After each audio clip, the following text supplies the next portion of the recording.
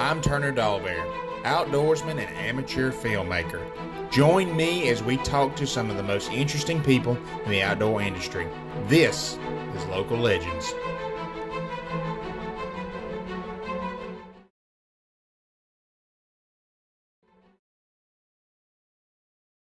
To just things that you would experience, you get to experience in the woods that the average person will never experience. Hearing a fox or a bobcat and the noises they make, or having a barn owl or a hoot owl come and land on a branch, right here, or having a squirrel about crawl in your lap while I mean, there's just all those things that you think about. I would have never experienced that if I wouldn't have been in there. My name's Wes Gaskin.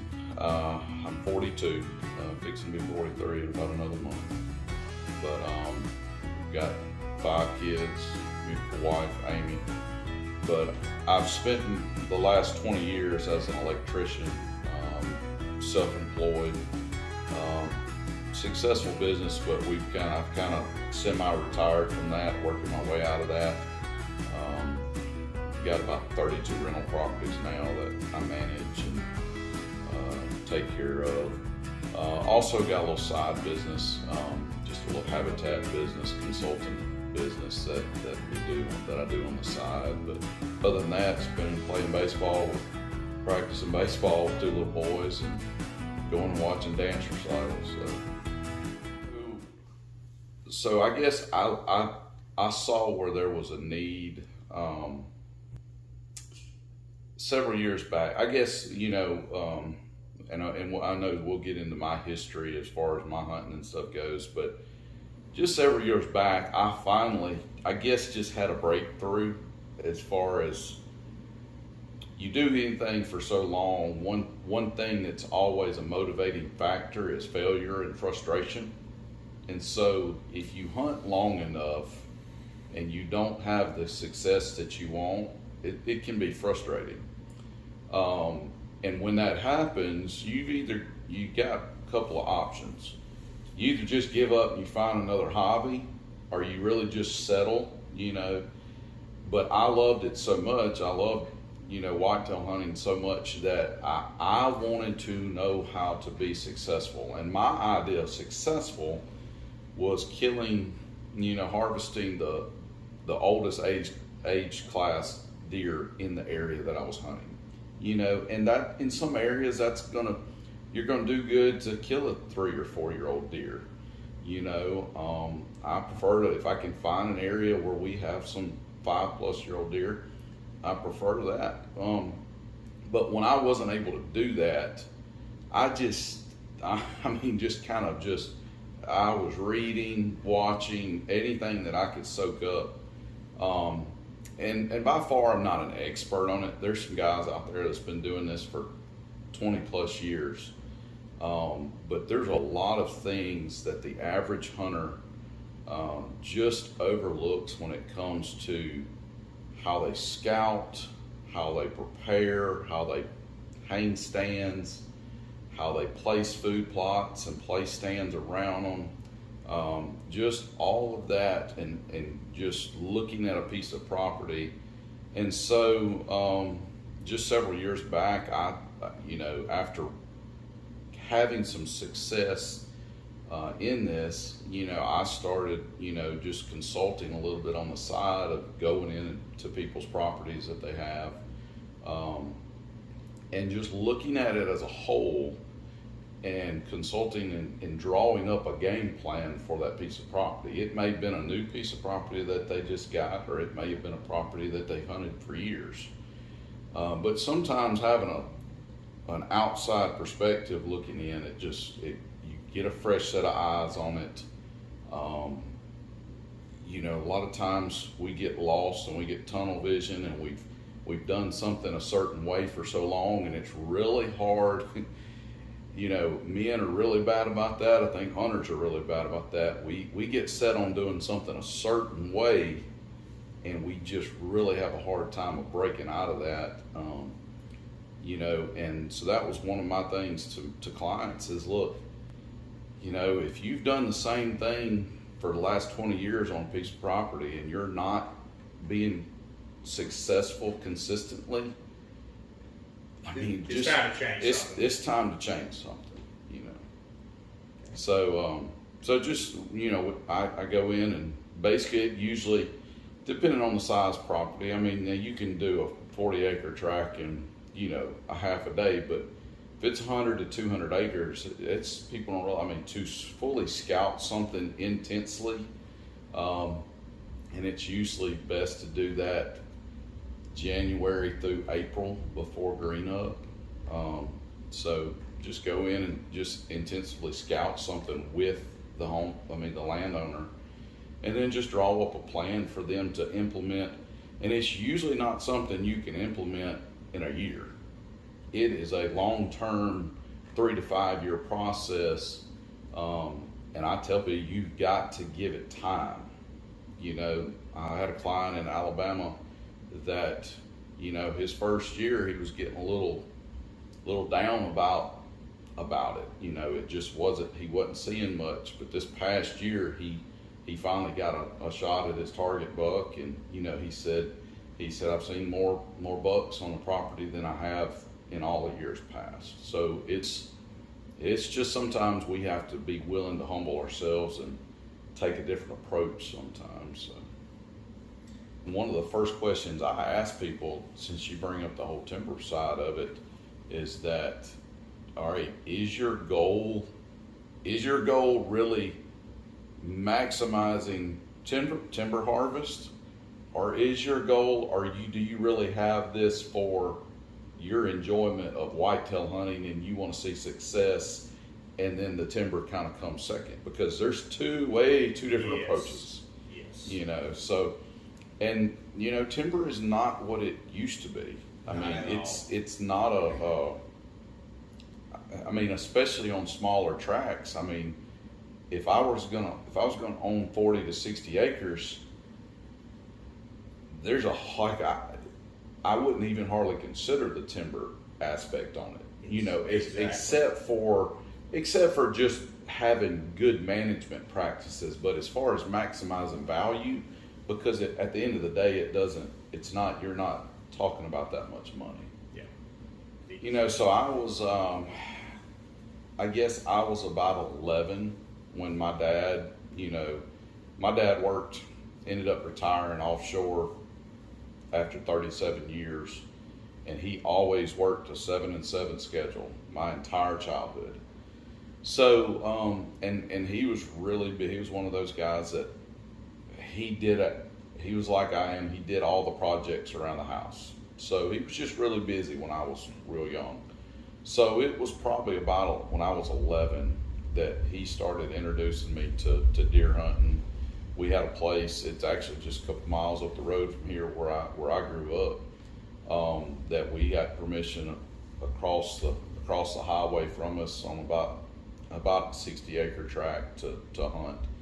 And you know, we built the wooden ladder stand out of 2x4s, and you know, went over the safety stuff, and I hunted that entire year on, you know, some Saturday mornings and Christmas break and stuff, and didn't have, like, that whole first year didn't hardly see a deer, you know. And then the next year, I think I harvested a 4-point and a 6-point, the 4-point being right there. And then my uncle, who lives up towards in Brookhaven, about 30 minutes north of us, started taking me some too when Daddy was at work and we were in the same camp and all. So that's how, you know, and we experienced the whole deer camp, you know, aspect, and they're running the dogs and, you know, chasing dogs down and all that kind of stuff. So I guess that's kind of where it got in my blood, was then. You being in management, right? What is I'm gonna put you on the spot, and we don't have to put this on camera, right? What is your opinion in 2023 of dog hunting? So look, dog hunting has been a tradition and a thing that goes way back, you know, and is enjoyed by a lot of people. Okay, So on some aspect, I don't, I can't fault people for wanting to dog hunt. And the thing is about hunting is, hunting for me, my success hunting may not be your success hunting. And it may not be the success of the dog hunter, the way the dog hunter hunts. And that's the freedom that we all have, is to hunt like we want to hunt and determine our success by our own standards. And I think that's something that is lost today in social media and different things, is success doesn't have to be measured by inches. It doesn't have to be measured by, a picture or whatever. Because I wouldn't replace those years that I spent as a kid running around with my uncle and my dad at the deer camp chasing dogs, getting to drive the four-wheel drive truck at 13 instead of 15,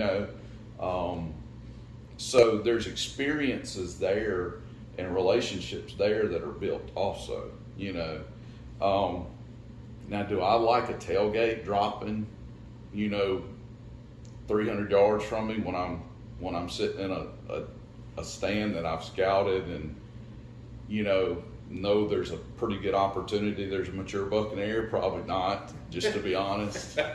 But I guess I'm one of those that there's plenty of land. If I'm a still hunter, if I'm a stand hunter, I'm gonna go find a place where I'm hopefully can get away from, the dog hunting, if that's the approach that I'm wanting to take to hunting.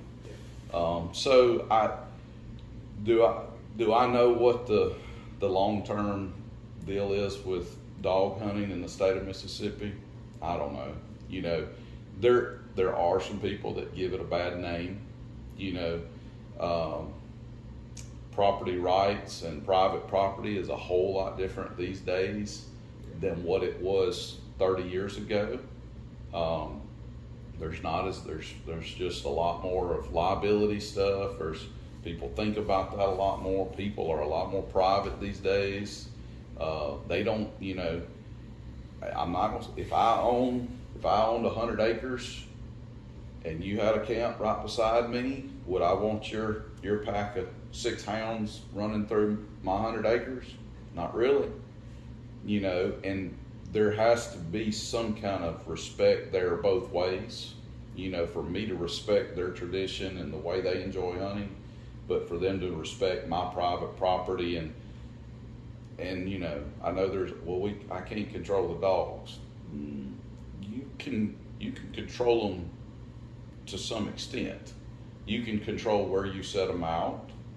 You can control which direction you walk them, and so it's taken a bad name, and some of that, good, bad, or indifferent, was at the fault of some people. So, but it's still a tradition I grew up doing. I don't do it anymore. My boys will probably never experience that, just because that's not the kind of hunting that I do now. So, whether you want to put that in there or not, I think that was. I don't think that was too controversial. I think that was well said. That was well said, actually. So I'll tell you my favorite type of hunting, honestly, is public land hunting, bow hunting in the Midwest. And then I'll even take that to public land hunting in Mississippi during certain seasons and certain areas. I do not, I won't hardly go rifle hunting on public land in Missouri. I'm not going to go there, but just bad experiences. I don't mind it some in around here. There's a lot of acres in Mississippi for public land, and if you know how to hunt it and you know how to get away from people, you can get away from them. And I'm not talking about. I mean, you're trying to get away from the hunting pressure, So honestly, that's my favorite type of hunting, because there's a sense of accomplishment when when you can look at 5,000 acres, you can narrow it down looking at aerials and topos. You can narrow it down a little further with some boots on the ground hunting, and then you can go hunt and be successful. Now, with all that being said, do I get to do that much? I don't, because you're in a stage right now with, when I say little ones, like baby little ones and toddler little ones, well, I've got 5 kids. I've been in that stage for 18 years. And I'm not one to shuck all my responsibilities just because deer hunting season. Now, do I go hunting a lot? I do. But I make sure my family's taken care of and all of that. That's got to be priority one. So as my girls started growing up, I was able to do that a little bit. And I've been able to do it a little bit with my middle daughter, with Lily, for the last 2 years in Missouri. She's gone, and we've had 2 good years on public land in Missouri for the youth season, and I even was able to harvest one with a crossbow last year. But I still don't get to do that as much as I would like, because it is really, really hard to take. Like, I didn't take her till she was 14 up there. Yeah. You can't hardly take a young child on public land and be successful for a multiple of reasons. One, in attention span, and 2, the ability to, so I'm one of those that if we're going to pull the trigger on an animal, I want it to be a 90+% of that animal being harvested. Like my boys didn't start, and girls didn't start off shooting a 410 slug at deer, and there's nothing wrong with that. We just kind of live in a different day and age where we've got better access to modern calibers that are easy for kids to handle, and I guess that might bring up a point too. I mean, my boys are 7 and 8 now, but they both, Knox killed his first deer last year at 6, and Kent actually killed his first doe or 2 at 5. And there's a lot of people that are like, really, that young? And so here's the deal with me, is that I love the sport. I love whitetail hunting. I think kids these days have so many distractions, so many things that's pulling for their attention, that if you don't get them involved early, if I'd have tried to wait with my boys till they were 10 or 11 to when I started, they probably would want nothing to do with it, because they're already invested into so many different, their mind has already been taken up with so many different things that the world is throwing at them, that I think it would be hard to do. I'm not saying it's impossible, but I think it'd be hard to wait to introduce a kid that long. So kind of back to the favorite hunting, public land is probably one of my favorite, just because I like looking at that large piece. But we do a lot of box stand hunting, food plots, and I'm not all corn feeders, but if you're trying to get a kid really interested and hold their attention, they're not going to be able to do what I did when I was 11. Their minds move so much faster.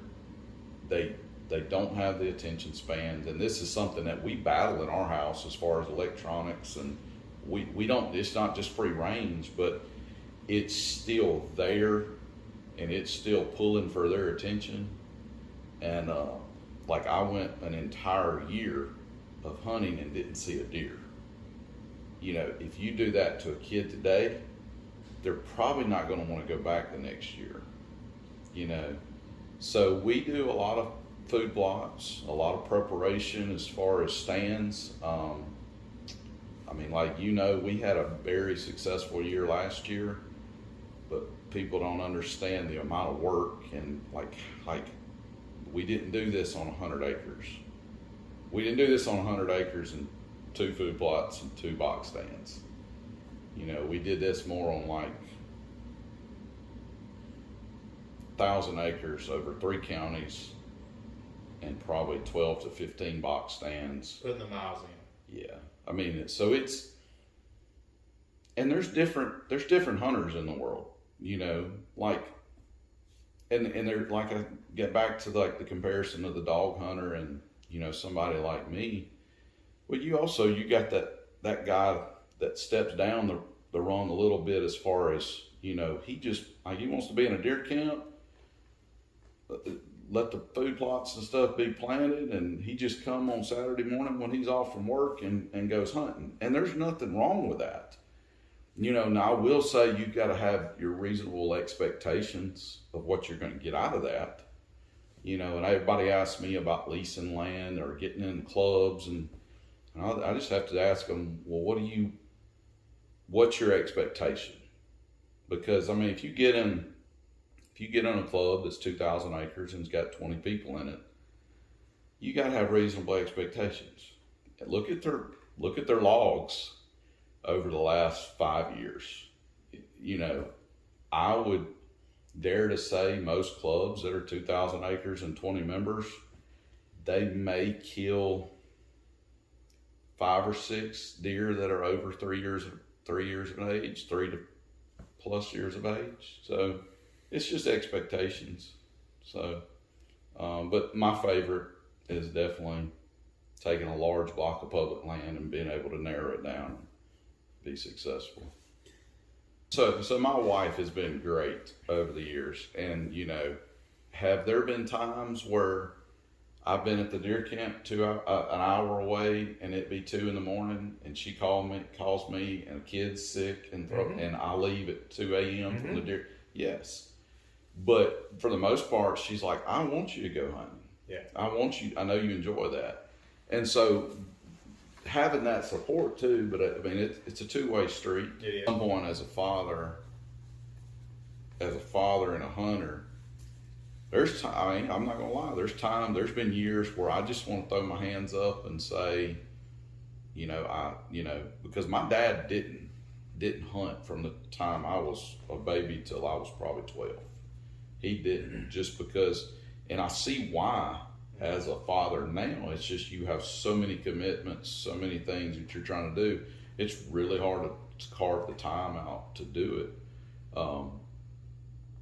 But now I'm to that point where am I completely to the point where I just like, no, I'm not going to pull the trigger till my boys are out of the house. No, I'll tell my boys, and you'll have people disagree with this. I'll tell my boys right now, or my girls right now, that if there's one deer on our lease, if it's the one deer that I want to shoot, I will take your gun from you. and there's going to be people that disagree with that. But like Knox was 6 last year when he killed this 17.5-inch 8-point up here. And it wasn't a deer that I wanted to shoot. I was going to shoot it because he about didn't. But the thing is, it's like kids at a certain age, those two deer, they don't realize what they shot. They don't have a true appreciation for what they just did. I didn't harvest a deer like that until my mid to late 20s. And so for me to say, if I see the 140-inch deer, that is the only deer on the place that I'm interested in shooting, I have no, and there's people around, what?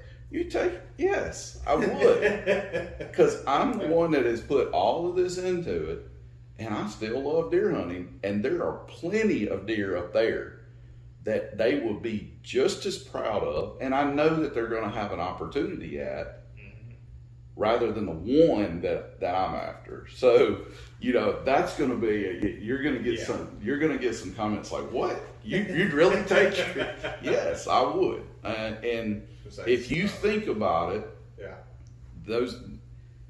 they will appreciate it one day, but those two don't appreciate those 120-inch, 5+-year-old deer up there like somebody that's in their 20s or 30s that's hunted their butt off and never killed a deer like that.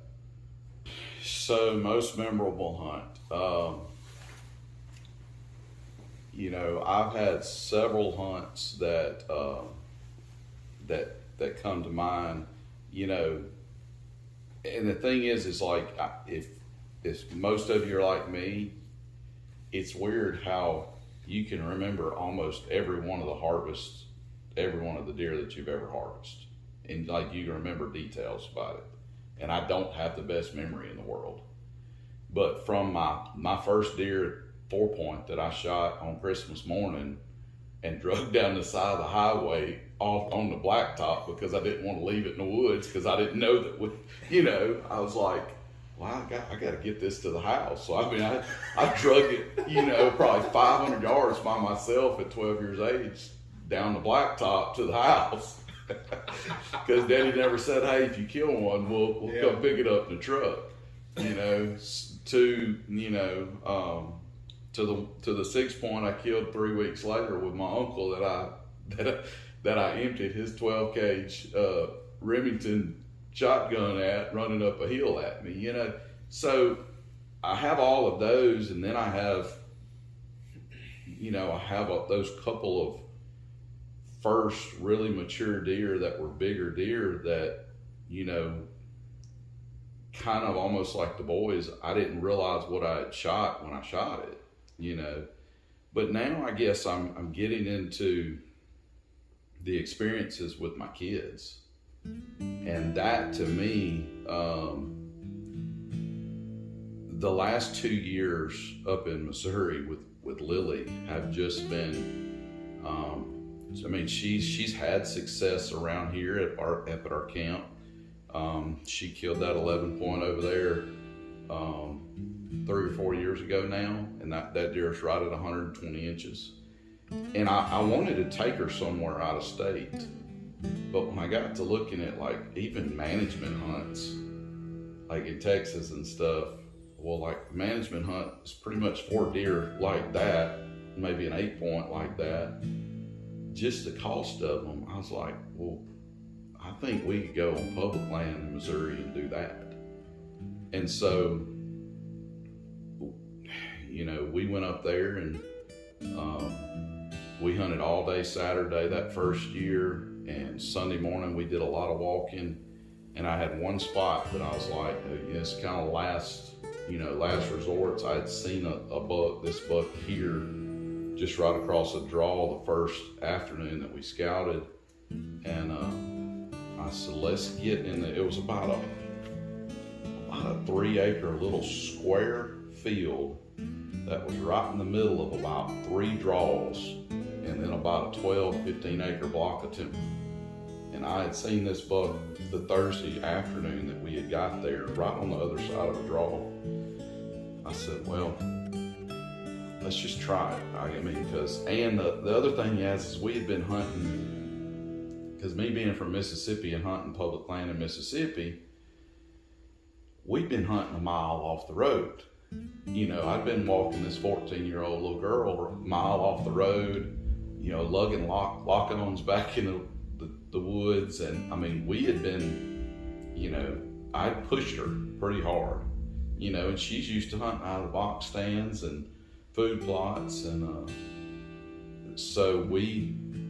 but it was that Sunday afternoon, we were leaving. Like, we'd been packed up at the little Airbnb we were staying at, and everything's in the truck. We get through hunting, we're leaving. And so I didn't want to hunt a mile off the road that last afternoon. And so this is like this little spot is probably, it's probably 400 or 500 yards, but it's not like where we were hunting. And so we set up at about 1 o'clock that afternoon, and that tells you how hard I push my kids. Yeah. Now my boys, we're not to that point yet, but Lily has made a couple of all-day sits in her since she started hunting at 8, I think, and probably when she was up to about 11 or 12, she probably made her first one, and then she's made 1 or 2 here and there. But so we got in there about 1 o'clock, and we got set up behind a barbed wire fence in one of these hedgerows, so we would kind of be backed up in the shade, and we're just sitting in turkey hunting chairs, the little expandable chairs that you're sitting about 6 inches off the ground. I had to actually take some string and tie the 2 bands of barbed wire so it would widen up the shooting path. And she just had a bipod, and so we set up on this field and had a decoy. And for us in Mississippi, that's not something that decoys here are not. I mean, if you've been successful with them in Mississippi, you're kind of like most people are like, no, yeah. Never had any luck. But up there, deer respond to calls and decoys a lot better. Interesting. And the deer up there, they just act different. And so it was about 4:50 maybe that Sunday afternoon. I mean, we're coming down to the wire on a 2-day rifle hunt, this youth season, and I had grunted a little bit and turned a bleed over, and it was just a doe decoy, and this is a fold out 2D decoy. This is just one of the, I think they're Montana decoys or something. They just fold out and you stake them up. And it had been about 5 minutes since I grunted and turned that bleed over. And she's sitting over here to my right, and I'm here, and there's cedar limbs coming out. And so I can't see this left wood line that's coming out, that's closest to us. And I hear her grunt. I said, Lily, I think I heard a grunt. I think there's a buck, there in the woods. And she kind of did this and kind of over her shoulder, and she said, I know he's standing right there. And so, sure enough, I mean, that sucker, he beeline straight towards that doe decoy and kind of popped up on a knoll. And the deer with decoys, though, I've seen enough videos that you can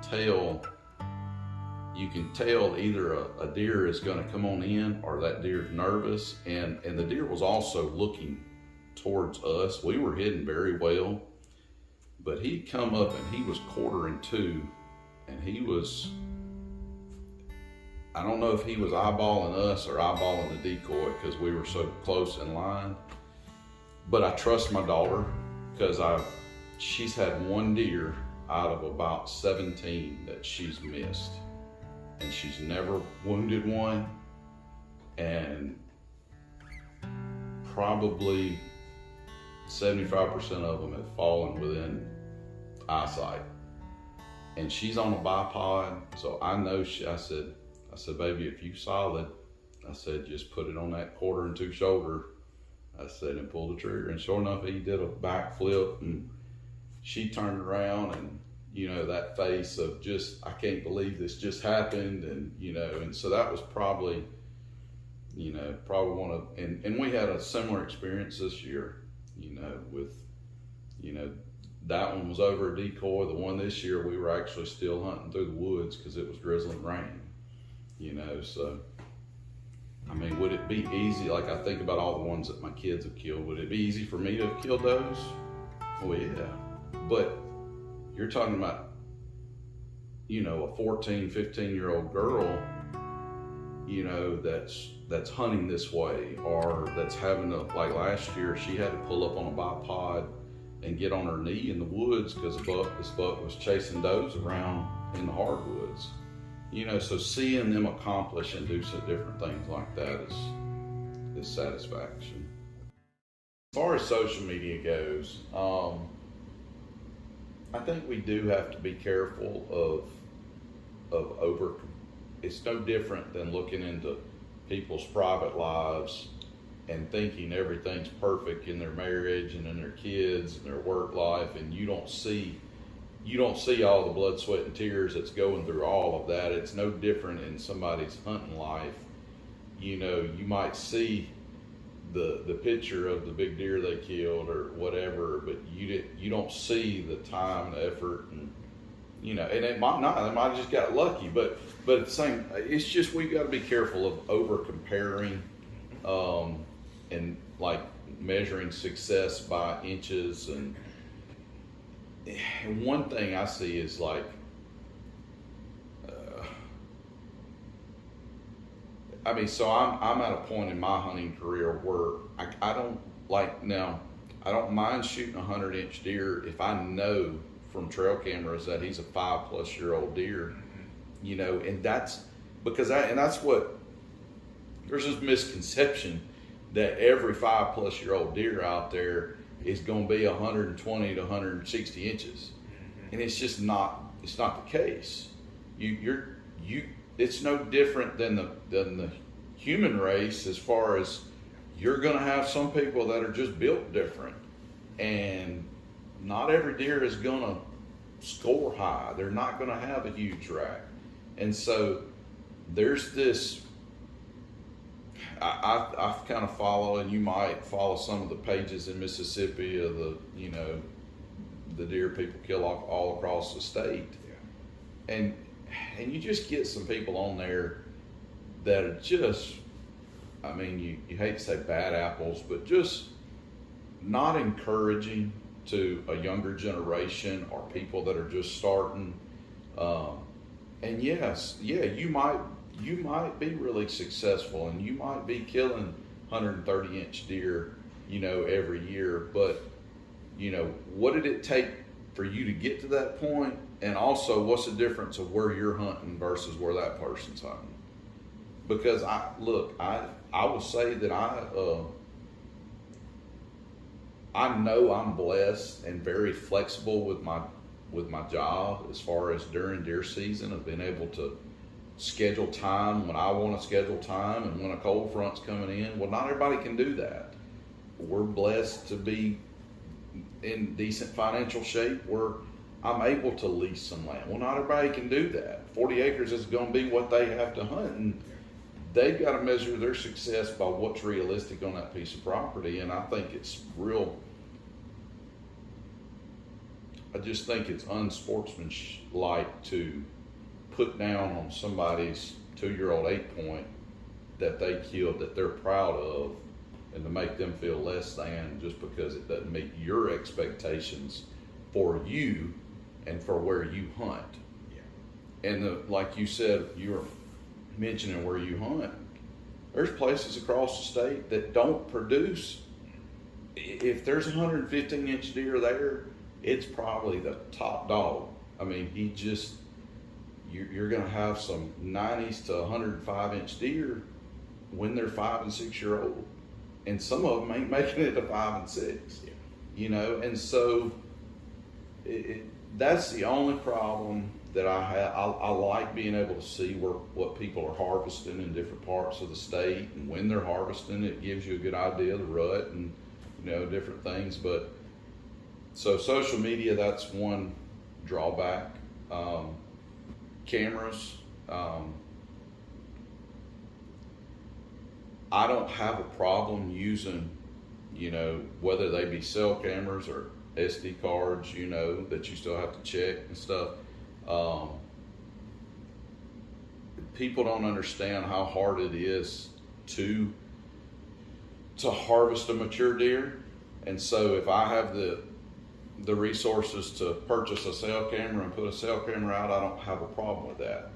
Now, I do have a problem with it. I'm not one of those where I think I should be sitting here watching the football game and monitoring a cell camera that's on a food plot, you know, 100 yards behind the house, and he shows up and me sneak back there. That's on a different, that's not what I'm talking about, you know. For me, the cell camera is that I don't have to go and put my human presence in there every week or 2 weeks checking a card or, you know, doing those things And so that's just being good. That's just having a good tactic. The thing that I like as far as management side, as far as game cameras, is being able to know what I've got in the area so that I make a good choice, whether it's for my kids or for me, of what we're trying to harvest. And it gives you realistic expectations too. You know, if you got a camera out that's taking pictures 24 hours a day and you don't have anything but a 3-year-old on it, well, then have realistic expectations and figure out a way to enjoy hunting, you know. So I would say that, you know, making sure that you don't fall into some of the traps that, like we talked about, with comparing yourself to too many other people, you know, being realistic in your goals, your expectations. And, you know, I mean, it's not a bad thing to have a goal of harvesting a mature animal, which I'm saying is, you know, 4 to 5 years old or older. But at the same time, don't go 10 years and not have any success and anything to show for, you know, your efforts and the time that you spend. And like, if you go in my son's room, or in Camp's room right now, he's 9. Well, I mean, he's got, we progressively worked from the spike to the 4-point to the 5-point, the 6-point, 7-point, and he got 2 8-points on the end, and then this one from last year. But I didn't, like, you got to make it, as far as for the dads out there, you got to make it in some, you know, and it's just a little different philosophy. You're going to have some of those dads, and it depends on where they're hunting and what's expected of where they're hunting. Sure. But I make opportunities for my boys to have opportunities to shoot deer progressively that gives them the knocks. This was an anomaly.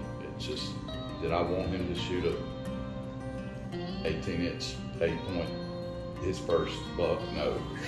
Yeah. No, I did not. It just happened though. Yeah, it just happened. I was hoping for a 4-point. You know, and I mean, and that's somebody that's coming from a management side. But I just make sure, I'm not trying to do this on 100 acres either. I make sure I've got enough area with enough numbers of deer that we can sacrifice, you know, a 4-point or a 6-point for the boys to kill and it not mess up, you know, the deer herd. You know, we're not going out there, and I tell my deal with Camp and with Knox. Now Knox, it's a little, we're gonna have to take a step back, but my deal with Camp was always, it's gotta be bigger than the last one you shot. Now, am I gonna make him shoot something bigger than the last one he shot last year? No, we'll take a, you know, I don't mind taking a step back, but, you know. So next generation, just make it enjoyable.